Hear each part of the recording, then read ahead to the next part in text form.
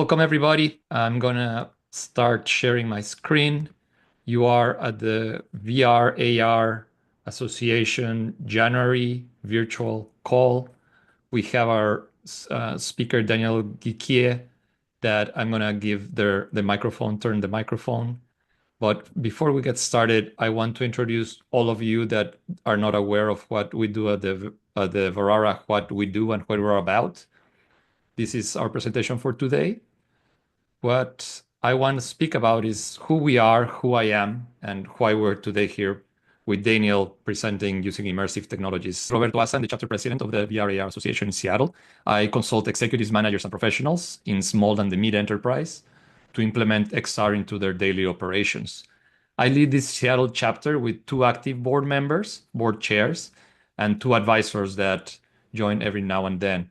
Julia Bibaut is my programs chair. She cannot be with us today, but she helps basically run the calendar of what we program every month. We have virtual sessions like the ones you're joining today, and also in-person sessions. At least we try to do that every other month, where we join.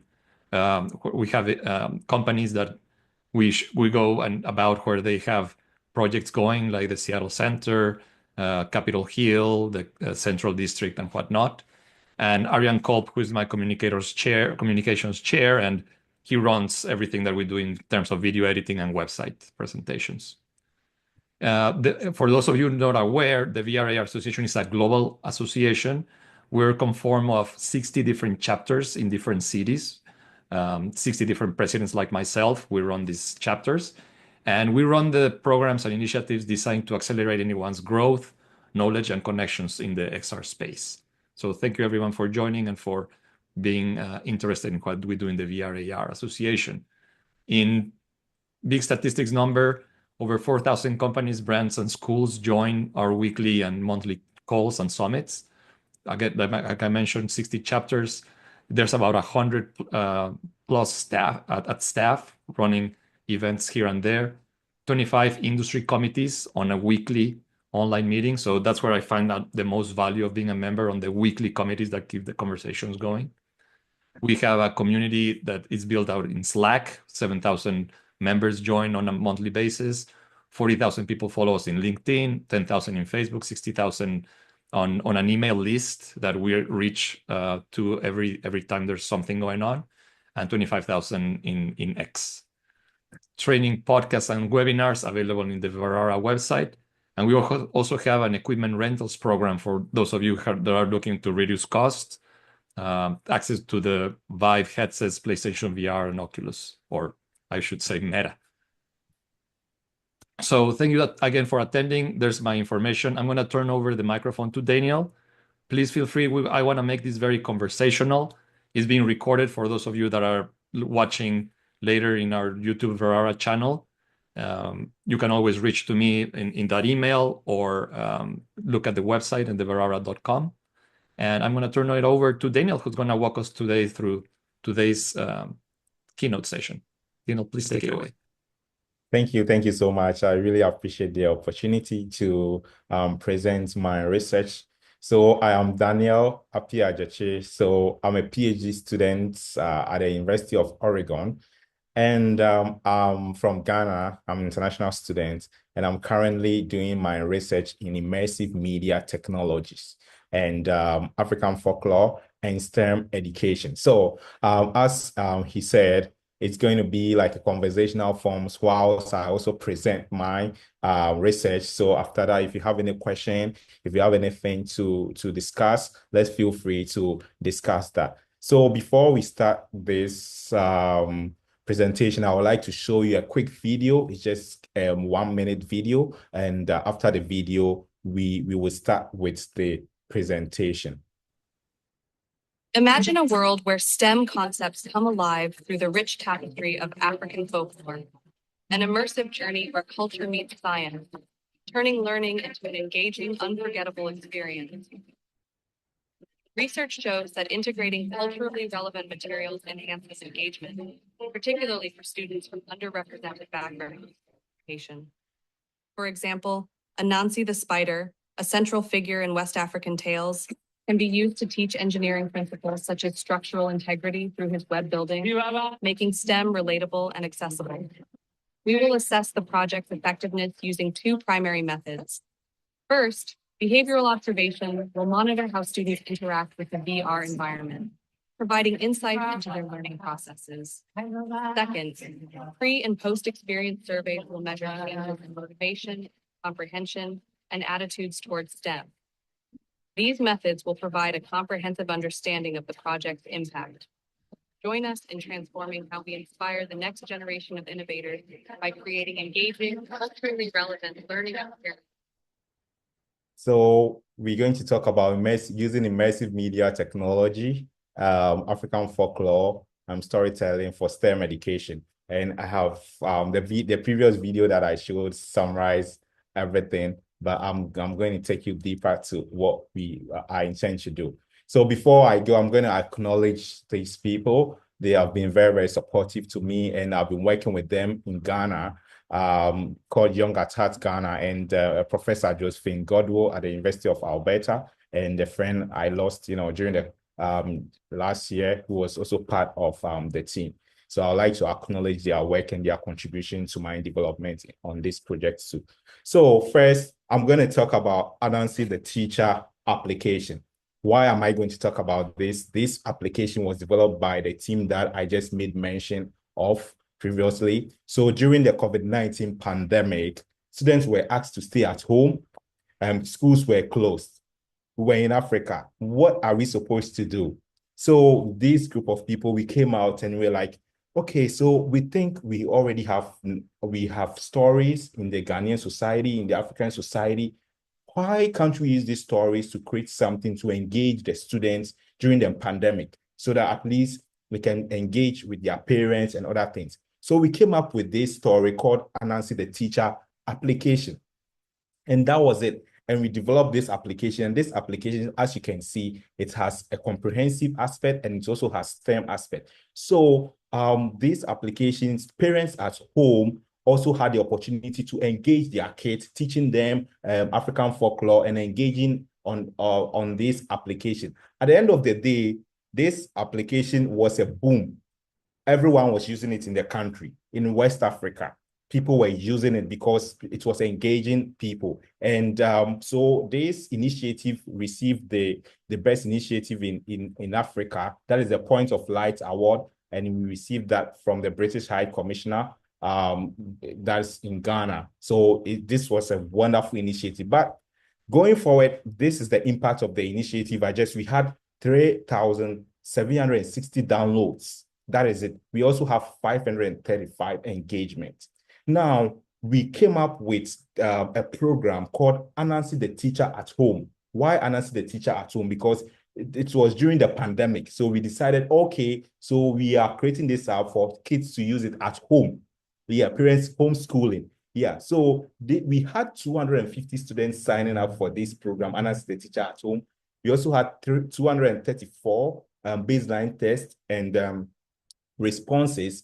And it surprises that we had, during our research, we realized that 64% of learners had not even experienced STEM concept before. That is in Ghana, in West Africa, when we started this project. And at the end of this project too, we had 33-point average increase in mathematics. And so we realized that the use of African folklore for STEM education is very, very, very useful in the Ghanaian society or in the African society. And to be frank with you, this project was not really only adopted in West Africa, but it was adopted by people in the Caribbean, in the state, because, Anansi stories are really popular among African-American groups or people of color groups. So these stories, this concept was really adopted by so many groups. We had people reaching out to us, how can we use this app? We want to use this app in our schools. But something happened. I needed to think through things, and someone will ask, so Daniel, what inspired you? Why are you currently doing something in immersive media technology? Why are you currently doing, you move for gamification and stuff? So during the pandemic, as I said, we engaged with students, but unfortunately, students who were disabled were not having access to this aspect. of the gamification app we created previously.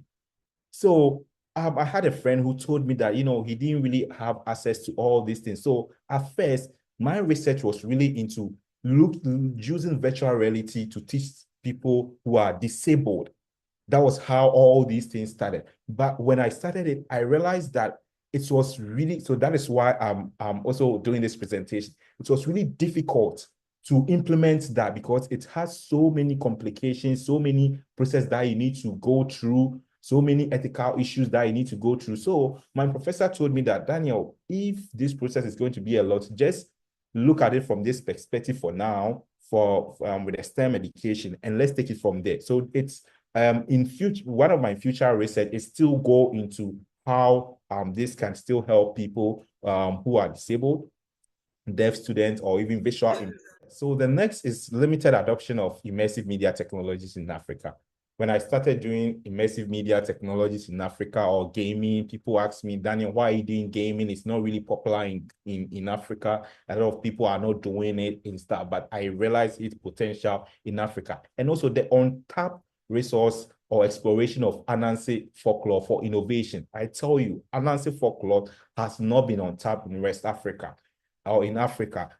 And after my research and me being a PhD student, I realized that this research can be used in the medical area, that for mental health issues, can be used in agriculture, can be used in entertainment, and so many aspects, but it hasn't been untapped. And, one aspect of VR, virtual reality, is the lack of content. It lacks a lot of content. So you coming from Africa, you know that definitely if you bring in an innovative aspect like Anansi folklore, you can do so many things. You can venture into so many areas that can really help you in your adventure. So what is African folklore?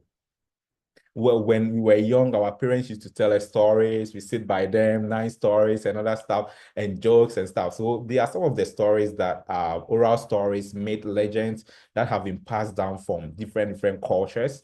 And they are used to motivate us. We take moral lessons from these stories.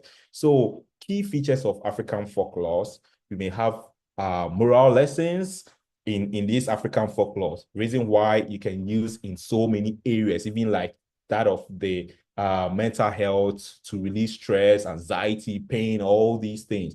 And we also have animal characters. Animal characters, you're going to find animal characters like the Anansi, the hare, the lion, so many. And also, we also have mythical elements like phenomenon. We also have spirits and that of rivers, and so many mythical aspects in the African folklore. And also community and identity. Yeah, so mostly some of the folklores are really tied to a particular community. If you hear of Anansi folklore, you know that this person is coming from this region. If you hear of this folklore, you know that this person is coming. So it's really create identity. And also entertainment and storytelling. Yes, with these folklores, our grandmothers used to sit us down at night and tell us stories, entertainment, and it was really, really nice and exciting. Now, these are some of examples of the African folklores that I told you about. So with the African folklore, we have Anansi stories. So Anansi stories are really known among people in West Africa, specifically people in Ghana, from Ghana, the Akan group. Yes, so these Anansi stories emanated from the Akan group. And when you go to people in the Caribbean, they use, because we have Akans there, we also have, so it's used among African American groups or various African groups. And also that of the Zulu myth. Zulu myth is also a folklore which is also found among South Africa. South Africa people, they really use this Zulu myth a lot. And if you really, really follow some South Africa games, you see some of these myths in their games and their virtual experiences. Yes. So why VR in immersive technology? There has been so many studies that using VR in immersive technology can really engage students a lot.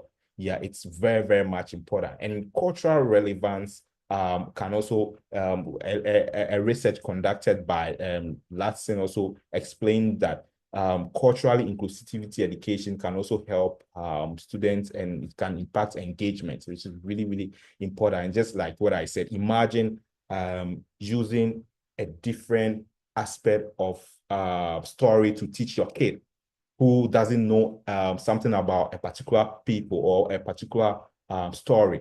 It gives that kids a different mentality or a different perspective to think critically in solving stories. So imagine that. So that's why when you go to the Chinese society, the Korean society, they mostly use their own stories for their mates to create these educational tools for their kids to understand. So imagine having an aspect like that. Very, very good. And previous research initiative has been very, very, very successful in the African society. So now, the gap here is that VR, virtual reality, has not been explored using African folklore and STEM education, not even in Africa alone, but in the United States.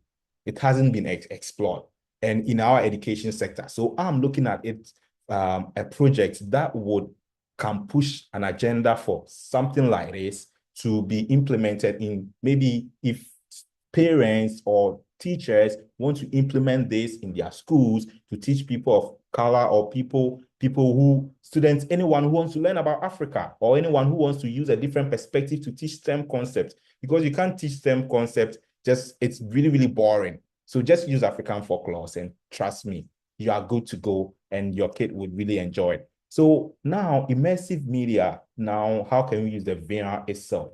The STEM aspect. This is the STEM aspect that I want to talk about, like physics, like biology. So we're going to have a storytelling section and a virtual lab. Just imagine this, and a virtual lab. So with my development, I'm going to have a story section, a storytelling section, and a virtual lab. So students immerse themselves in the storytelling section, and they get to a stage when they are done with the storytelling section, they can immerse themselves in a lab. So imagine the student finding himself in a scenario where he finds river, a community that really explains how electricity is powered in a virtual environment. So this aspect can also teach STEM concepts. And also, let's look at the aspect of biology, anatomy, ecosystems in this virtual world. You could see that even if we can even use it for environmental preservation too. Yeah. So imagine anatomy. Your kid want to be, let's say, if we are using Anansi stories, Anansi Kingdom, where we have different animals, different days, plants and other stuff, and your kid wants to become a veterinary doctor or something, and this is the case that there is an animal who is injured. How can the kid help, this animal? So imagine the kid being in this virtual environment, exploring lab, some chemical just to save this animal and other stuff. At the end of the day, you are trying to do what? You are trying to program your kids to understand how these things are being made. And you see that your kid, before he or she grows, or the person grows, the person has an interest in the area that he or she wants to explore.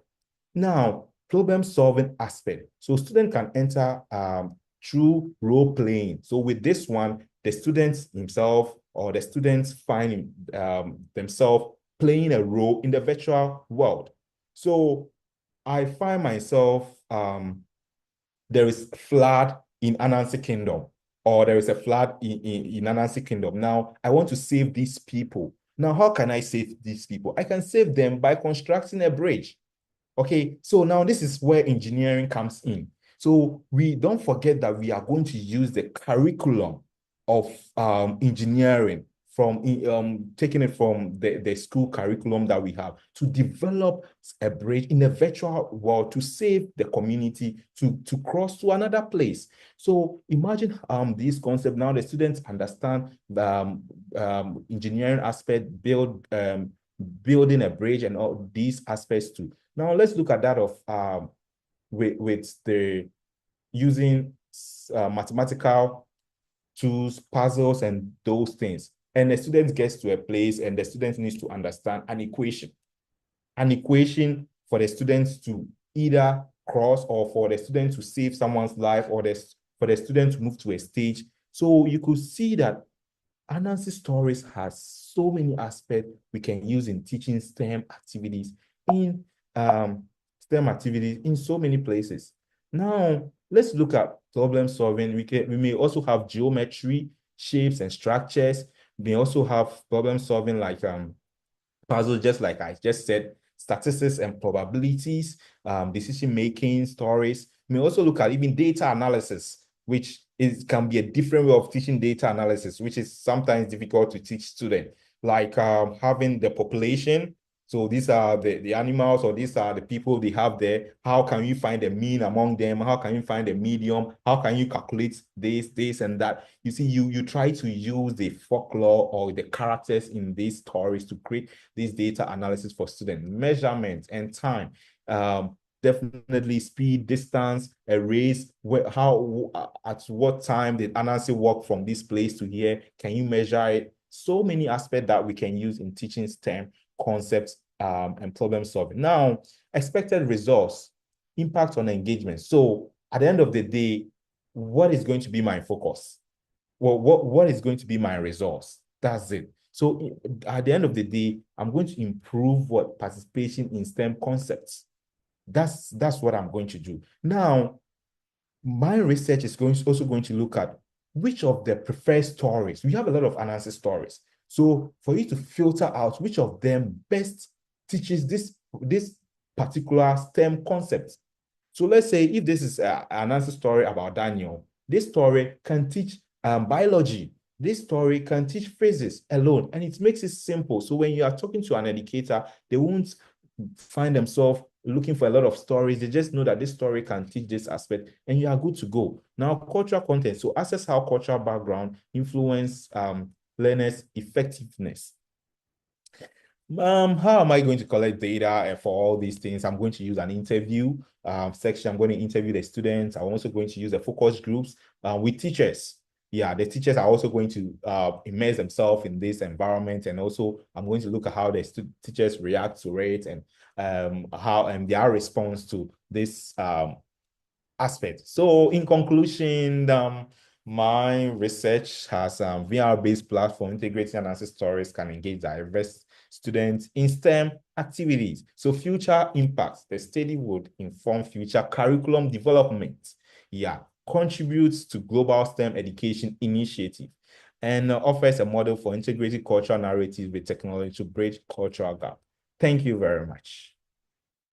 Let's open up for questions. Thank you so much for the passion that you showed to us, introducing us to Anansi. And you're very right. There's a very important thing about content that is not just about the VR experience and immersive, taking people into a new space, but it has to be relevant, right? And Anansi can bring that storyline into the concepts that you mentioned.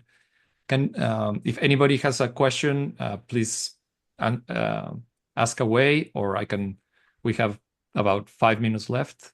Yes, John, see if you can unmute yourself. And we'll change my name. My name's Diana. Hi. Hey, Diana. I'm curious, Daniel, thank you for this. For your focus groups with teachers specifically, have you identified what teachers those are, where they're coming from? Yeah, thank you. Thank you. That's a very good question. So, this focus about teachers, I met my supervisor recently, and he realized that what I'm doing, he was like, Daniel, do you think that if you rather focus on teachers rather than students, that would be great? And I never really thought of it. So with a focus on teachers, I want to look at teachers. So I'm not looking at I'm looking at teachers who teach STEM concepts or science or stuff, and these teachers would access it and would know that, because you are the teacher and you can decipher or to decide that, okay, this particular concept can help improve my students' engagement with STEM concept or this particular topic in the class. Thank you. One follow-up. Sorry, what age groups? Yeah, my age group. So I'm looking at high school student.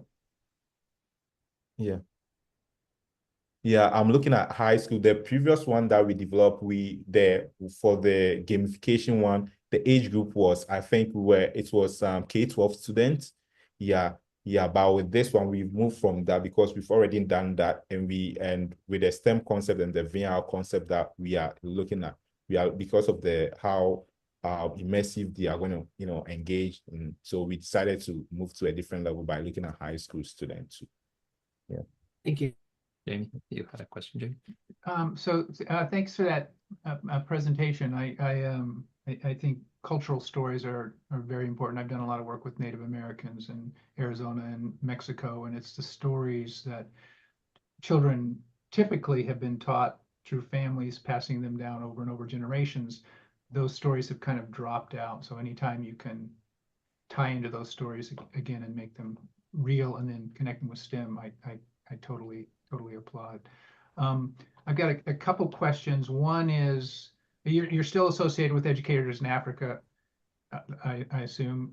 You should reach out to GLOBE, GLOBE in Africa. They are a STEM environmental education group. They have kids collect data, make sense of data, and tell stories. I don't know. I'm not really connected to Yeah, globe.gov is where you could go, but and they have a group that are in Africa. I've worked with them in South Africa in the past, and it might be worth your while. And if you want to shoot me an email, I don't know if you make emails or anything available. Yeah, I'll connect Definitely everybody that was in this call. I'll try to connect you with the people that I did know over there when I'd worked with them. Oh, The other thing is, how are you? So you said you were going to test the impact by looking at participation and motivation. How are you looking beyond that? Because the thing about VR, at least in my mind, is that it's easy to hook them on something that's different. But is it better? Meaning, do they apply it beyond the VR experience? So are you thinking of ways that you can measure that after the experience, how they apply it out in the real world? So whether that comes through activities that a teacher can do in the classroom, or I would strongly suggest you look into AR connections to this, where they can apply the learning in the VR. Maybe put together an anasazi, is that the name of the spider? Anansi. A So that is trail or path where they can go into the real world and apply some of those things. Because there's a lot of research on the importance of getting kids out into nature, especially middle school kids. And I see why you might be going for high school over middle school, but I would think you don't neglect the middle school, because that's where choices are made, as you probably know. But think about how you might connect it as you grow this to go beyond just the wow of the VR experience and the interesting aspect of being immersed in a VR experience, to applying it in the real world, or perhaps taking something from the real world and bringing it back into future VR experiences. I would say don't limit yourself. Yeah, that's a wonderful experience. And that's because, when we did the gamification aspect of the teacher at home, this is what we used to have parents guide their kid, perform after watching everything, perform experiments at home.